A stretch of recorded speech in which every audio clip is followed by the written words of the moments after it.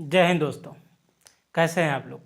उम्मीद करते हैं आप लोग अच्छे होंगे, स्वस्थ होंगे और मस्त होंगे और अपने अपने कार्यों में व्यस्त होंगे।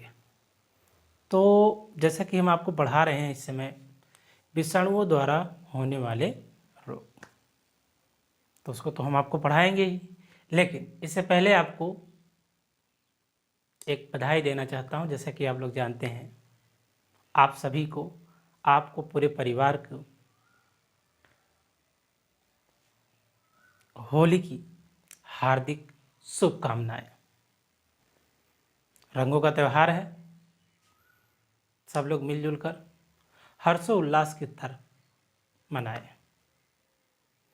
तो आइए शुरुआत करते हैं विषाणुओं द्वारा होने वाले प्रमुख रोग। जैसा कि विषाणुओं के बारे में तो पढ़ ही चुका है कि विष प्लस अणु, जिसका मतलब होता है विचलन, जो आपके शरीर में क्या करते हैं कि भयंकर से भयंकर रोग उत्पन्न करते हैं। कुछ रोगों के बारे में हमने पढ़ भी चुका है, जैसे पोलियो के बारे में पढ़ा दिया आपको, चेचक के बारे में पढ़ा दिया हूँ, कंठभाला के बारे में पढ़ा दिया हूँ। इन सारे रोगों के बारे में हम लोग धीरे धीरे पढ़ रहे हैं और विषाणुओं के द्वारा होने वाला ये जो लास्ट सेक्शन है आज आपको पढ़ाया जाएगा। तो उम्मीद है कि आप लोग बेहतरीन तरीके से मेहनत कर रहे होंगे और अपने सफलता की ओर, अपने लक्ष्य की ओर बढ़ रहे होंगे। तो चलिए दोस्तों, शुरू करते हैं आज की क्लास। शुरू किया जाए, आइए देखते हैं विषाणु द्वारा होने वाले रोग। यहाँ हमने लिख रखा है, पहले ही लिख रखा है, जिसे हम बोलते हैं क्या, प्रमुख रोग या डिजीज। आज हम पढ़ेंगे बेटा रेबीज के बारे में पढ़ेंगे। नाम तो सुना होगा, रेबीज ऐसा रोग जो बड़ा खतरनाक स्थिति पैदा कर देता है और यह खासकर कुछ जंतुओं के काटने से होता है और उनके जो लार होते हैं उनके लार में ही उपस्थित होता है वो वायरस, जो कि लोगों को क्या करता है, संक्रमित कर देता है। तो हमें सावधान रहने की जरूरत है। तो आइए समझते हैं रेबीज के बारे में। आइए, रेबीज रोग, तो यह रोग केंद्रीय तंत्रिका तंत्र को प्रभावित करता है। किसको प्रभावित करता है? केंद्रीय तंत्रिका तंत्र को, जिसको हम बोलते हैं सेंट्रल नर्वस सिस्टम। केंद्रीय तंत्रिका तंत्र का मतलब क्या होता है बच्चे? कि हमारा जो ब्रेन है, हमारे दिमाग को क्या करता है कि ये प्रभावित करता है। और रेबीज की जो स्थिति होती है वो बड़ी भयावह होती है, बड़ी भयानक होती है। तो इससे बचाव बहुत ज़रूरी है, इसके बारे में जानकारी होना बहुत ज़रूरी है। चाहे वो कोई बायोलॉजी पढ़ता हो या ना पढ़ता हो, लेकिन फिर भी जो है कि इसके बारे में जानकारी रखना बहुत ज़रूरी होता है रेबीज के बारे में। कई बार देखो क्या होता है कि जानवर अपना जो है कि नाखून या पंजा मार देता है, तो उसकी वजह से ब्लड आ जाता है। तो क्या उसकी वजह से भी रेबीज हो जाएगा? एक तो शंका, एक डर है, वो तो बना ही रहता है ना। तो आइए आगे समझते हैं। यह रोग केंद्रीय तंत्रिका तंत्र को प्रभावित करता है। ये हमने आपको बता दिया कि यह क्या करता है, आपके सेंट्रल नर्वस सिस्टम को ही क्या करता है, इफेक्ट करता है। यह रोग रेबीज वायरस, किसकी वजह से? Rabies virus. किसकी वजह से? रेबीज वायरस के कारण होता है। किसकी वजह से? Rabies virus. इसको हम लिस्सा वायरस के नाम से भी जानते हैं। तो यह रोग रेबीज वायरस या लिस्सा वायरस के संक्रमण के कारण होता है। तो जब जैसे मान लो कोई कुत्ता है, पागल हो गया, अब वो किसी को काट लिया, तो काटने के बाद क्या, जब वो बाइट करेगा किसी को, तो उसके में जो लार है, उसके लार में ही यह वायरस क्या होता है, उपस्थित होता है। और जैसे काटा, ब्लड निकला, ब्लड के थ्रू क्या होता है कि यह वायरस आपकी बॉडी के अंदर प्रवेश कर जाता है।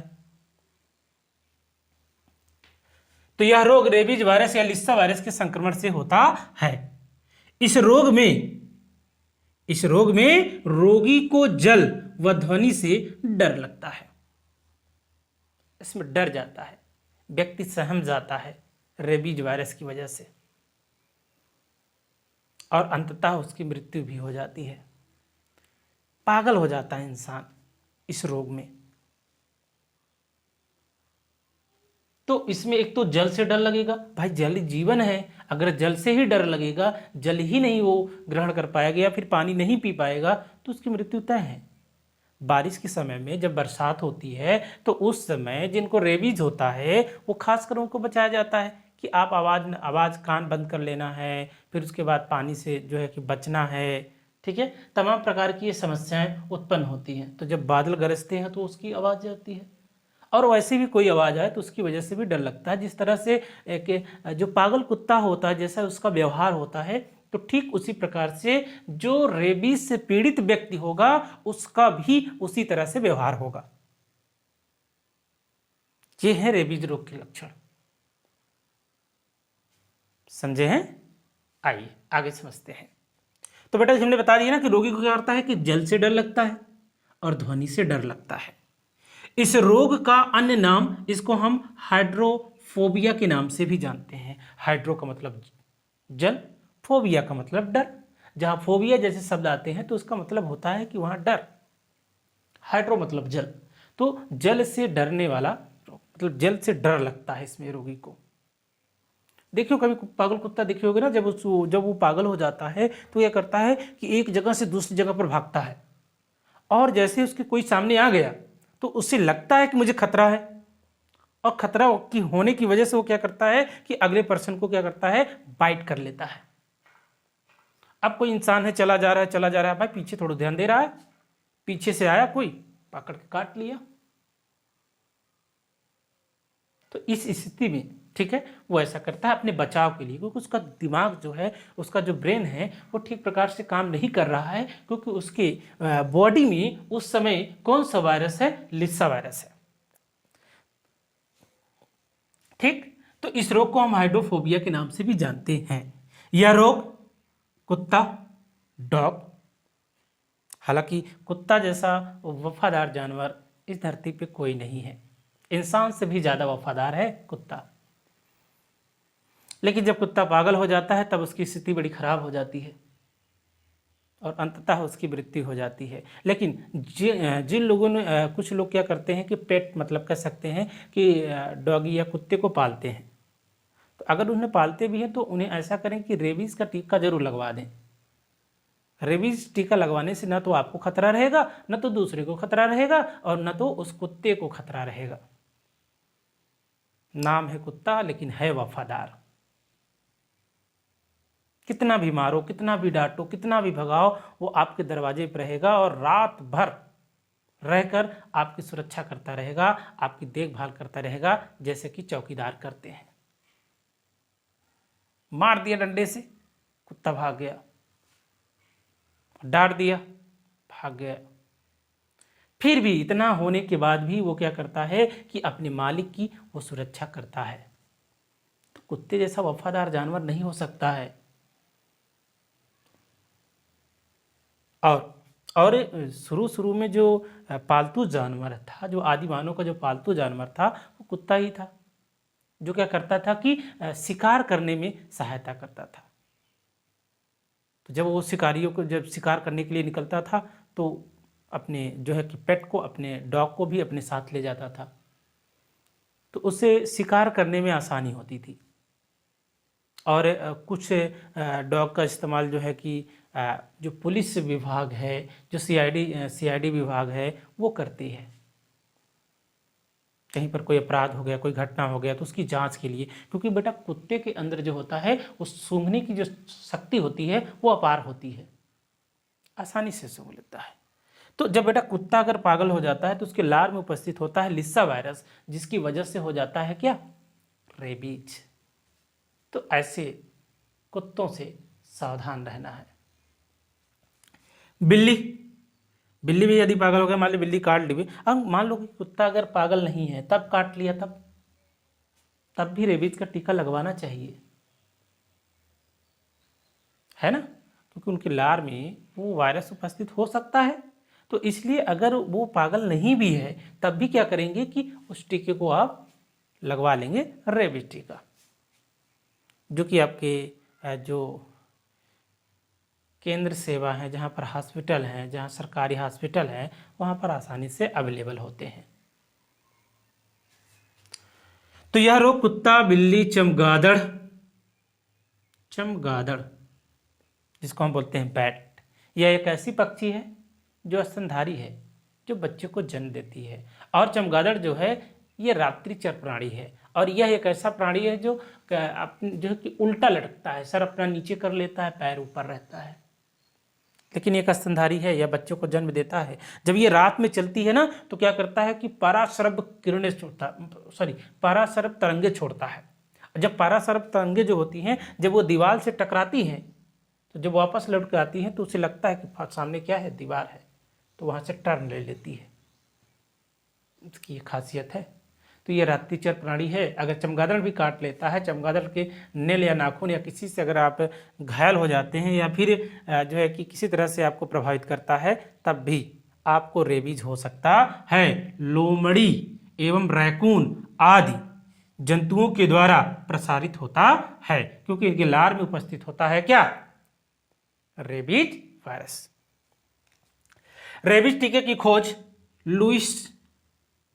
लुई पाश्चर नामक वैज्ञानिक ने 1885 ईस्वी में किया। बहुत बड़ा योगदान रहा लुईस पाश्चर का। और लुईस पाश्चर के बारे में हमने आपको कहानी बताई थी ना, उन्होंने यह भी सिद्ध किया था कि धरती पे जो है कि जीवन की जो उत्पत्ति हुई, जो जीवन आया, जो जीव आया, वो जो है कि जीव से ही आया। बहुत समय तक ये माना जा रहा था कि जीवन की उत्पत्ति निर्जीवों से हुई, तो बहुत वैज्ञानिकों ने क्या किया कि सपोर्ट किया। तो उसमें फ्रांसिस रेड्डी आते हैं जो क्या करते हैं कि जीवात्मवाद का खंडन करते हैं, आजीवात्मवाद का खंडन करते हैं। तो फ्रांसिस रेड्डी का जो सफल है वो प्रयोग पूरा हो नहीं पाया था, तो उसको पूरा करने वाले जो वैज्ञानिक थे वो लुई पाश्चर थे। और लुई पाश्चर ने एक चीज और किया है जिसको हम बोलते हैं पाश्चुरीकरण या पाश्चुराइजेशन, जिसमें क्या होता है कि किसी भी द्रव को क्या किया जाता है कि 62 डिग्री सेल्सियस तक गर्म किया जाता है ताकि उसमें से बैक्टीरिया मर जाए। तो जैसे जो पैकेट वाला जो दूध आता है वो पाश्चुरीकृत होता है, जो अधिक दिनों तक क्या होता है, सुरक्षित होता है। तो इनके द्वारा ये टेक्निक बनाई गई थी लुईस पाश्चर, और लुईस पाश्चर ने रेबीज टीका की भी खोज किया। कितने में, 1885 में। प्रथम वैक्सीन प्राप्तकर्ता जोसेफ लिस्टर नामक वैज्ञानिक हैं। इन्होंने सबसे पहले वैक्सीन प्राप्त की थी, जोसेफ लिस्टर ने। याद रखिएगा इसको। इस रोग के प्रमुख लक्षण पानी से यहां में थोड़ा सा मिस्टेक हो गया बच्चे, पानी से। इस रोग के प्रमुख लक्षण पानी से डर लगना है, वह तेज बुखार, इसीलिए तो इसको कहते हैं हाइड्रोफोबिया। हाइड्रोफोबिया इसीलिए कहा जाता है क्योंकि इसमें पेशेंट को, जो रोगी होता है, उसको जो है कि पानी से डर लगता है। बात समझ में आ रही है? यहाँ तक कोई दिक्कत नहीं बच्चे। रेबीज के बारे में समझ में आ गया। चलिए हम आगे पढ़ते हैं किसके बारे में, एड्स, जिसको हम HIV के नाम से भी जानते हैं। एड्स एक रोग है जो बहुत ही खतरनाक रोग है। यह एक लाइलाज रोग है।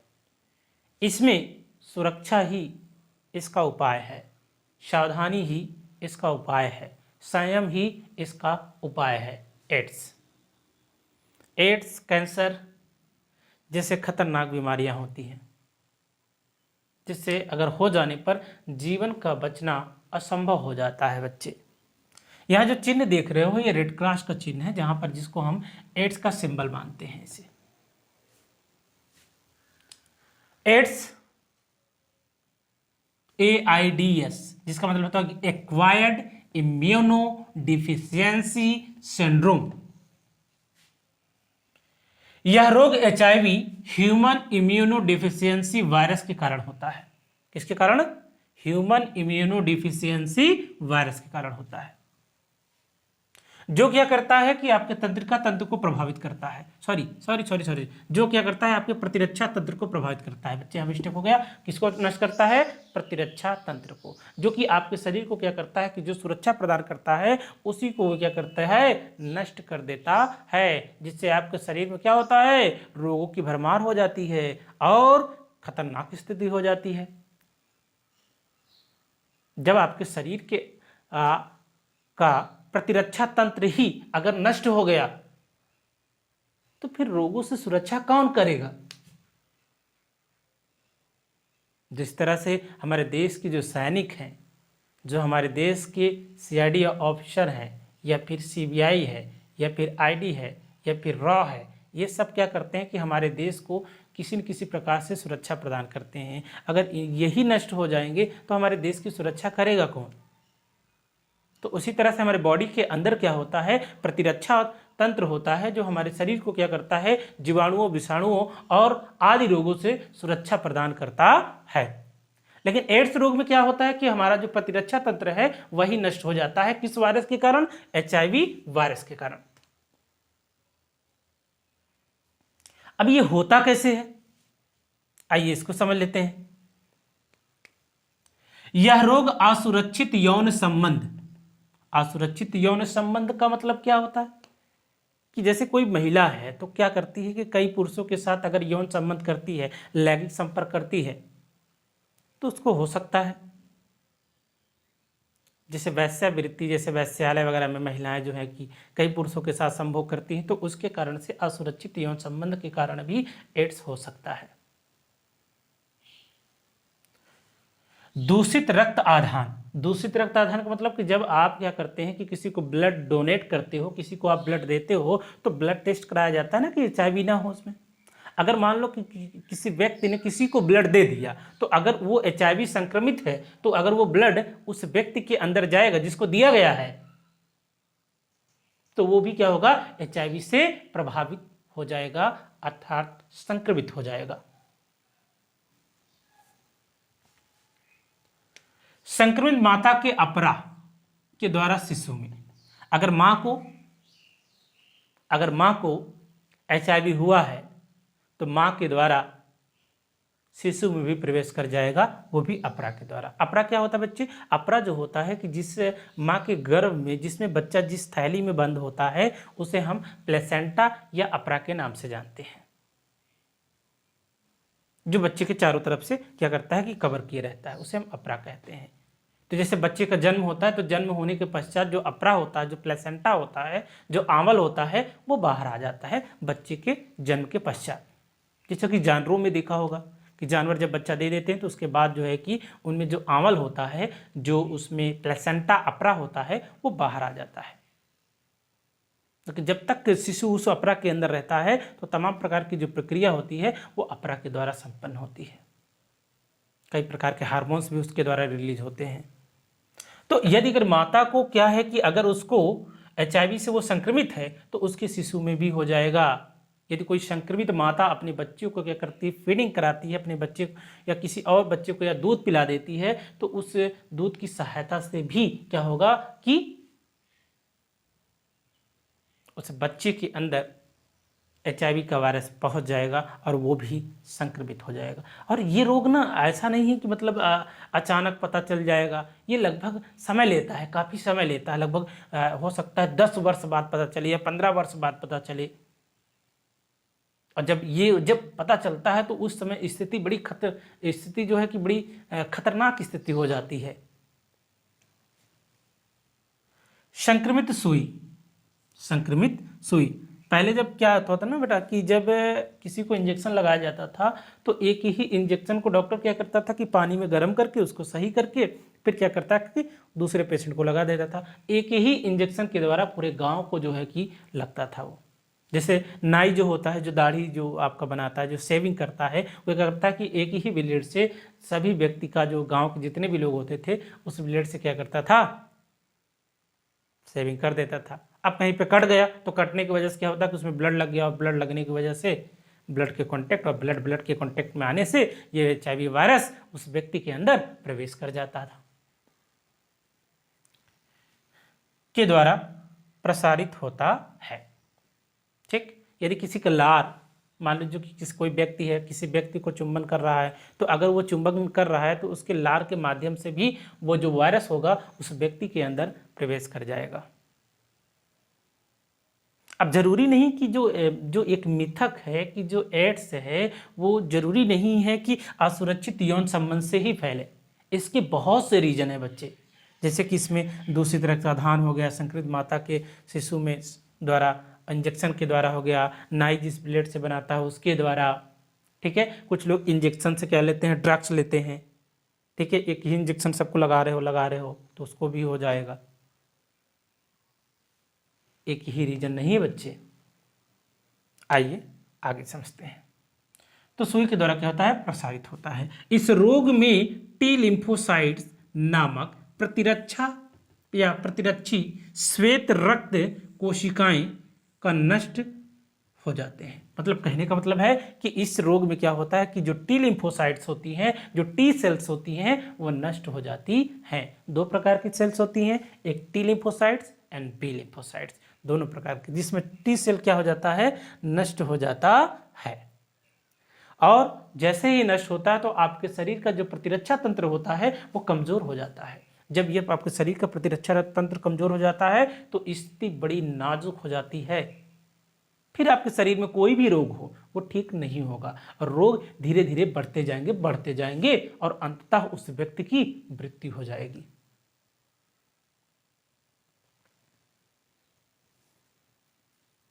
जिसके शरीर में क्या होता है कि रोगों की भरमार हो जाती है। क्या हो जाती है, भरमार हो जाती है, और अंततः रोगी की मृत्यु हो जाती है ना बच्चे, मृत्यु हो जाती है।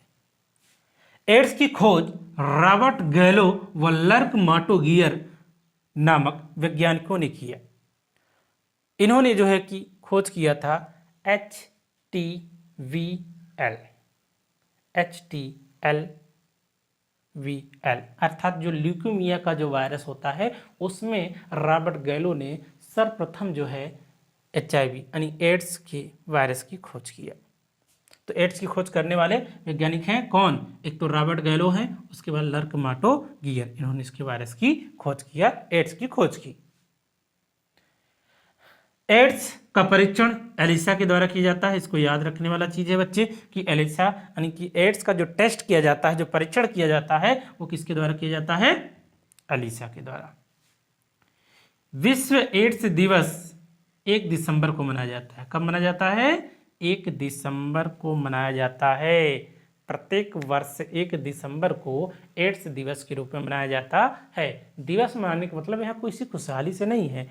दिवस मनाने का मतलब ये है कि यहाँ लोगों को एड्स के प्रति या रोगों के प्रति जागरूक बनाया जाता है। तो आज यहाँ से आपका विषाणु के द्वारा होने वाले रोग समाप्त हो गए। अब अगले लेक्चर में हम आपको पढ़ाएंगे कि जीवाणुओं के द्वारा होने वाले रोग, जीवाणु किस तरह से हमारे शरीर को प्रभावित करते हैं। ये तो रहा विषाणु, इसके बारे में पढ़ लिए, जो मेन रोग था हमने आपको पढ़ा दिया। नेक्स्ट लेक्चर में हम आपको पढ़ाएंगे जीवाणुओं के द्वारा होने वाले रोगों के बारे में पढ़ाएंगे। तो आज की क्लास बच्चे यहीं से समाप्त होती है। मिलते हैं अगली क्लास में। और एक बार अंततः मैं अंत में आप लोगों से कहना चाहता हूं कि सफलता तभी मिलेगी जब आप अपने लक्ष्य को ना देखकर लक्ष्य की तरफ जा रहे रास्ते पर ध्यान देंगे। जब रास्ते पर ध्यान देंगे तो आपकी मंजिल, आपका जो लक्ष्य है वो आसानी से मिल जाएगा। क्योंकि बेटा क्या होता है ना कि जब आप लक्ष्य के बारे में बड़ा बड़ा सपना देख लेते हो, उसके बारे में सोचते हो, उसके बारे में देखते हो, तो चले जा रहे हो, नीचे देख ही नहीं रहे हो, तो ठोकर भी तो लग सकती है। और जब रास्ते में निकलोगे तो कई प्रकार की बाधाएं आएंगी। जब किसी कार्य को करने जाओगे तो समस्याएं आएंगी। जब समस्याएं आएंगी तो आपको मजबूत बनाएगी। और कोई भी कार्य करोगे तो गलतियां होंगी, और उन गलतियों से हमें सीखना है और बार बार उसी गलती को नहीं दोहराना है। मैं सभी देशवासियों को, अपने सब्सक्राइबर्स को और हमारे प्यारे बच्चों को, सभी लोगों को एक बार फिर से होली की हार्दिक शुभकामनाएं। आपको होली की बहुत बहुत मुबारक। आप हर्षोल्लास के साथ अपने परिवार के साथ मिलकर होली मनाइए। और रंगों का त्यौहार है। जिंदगी के रंग तभी अच्छे लगेंगे जब आप सफल होंगे। कहते हैं ना कि सफलता के बाद रंग बदल जाते हैं। रंग नहीं बदलना है, बल्कि अपने जीवन को रंगों से भर देना है। और जब आपका जीवन रंगों से भरा होगा तो दूसरों की सहायता करने में जरा भी हिचक नहीं होगी। इसलिए होली की हार्दिक शुभकामनाएं। और अपने परिवार के साथ रहकर, अपने गुरुजनों के साथ रहकर, अपनों के साथ रहकर होली मनाइए और मस्त रहिए, पढ़ाई करते रहिए। तो मिलते हैं बच्चे नेक्स्ट क्लास में। तब तक के लिए जय हिंद, जय भारत।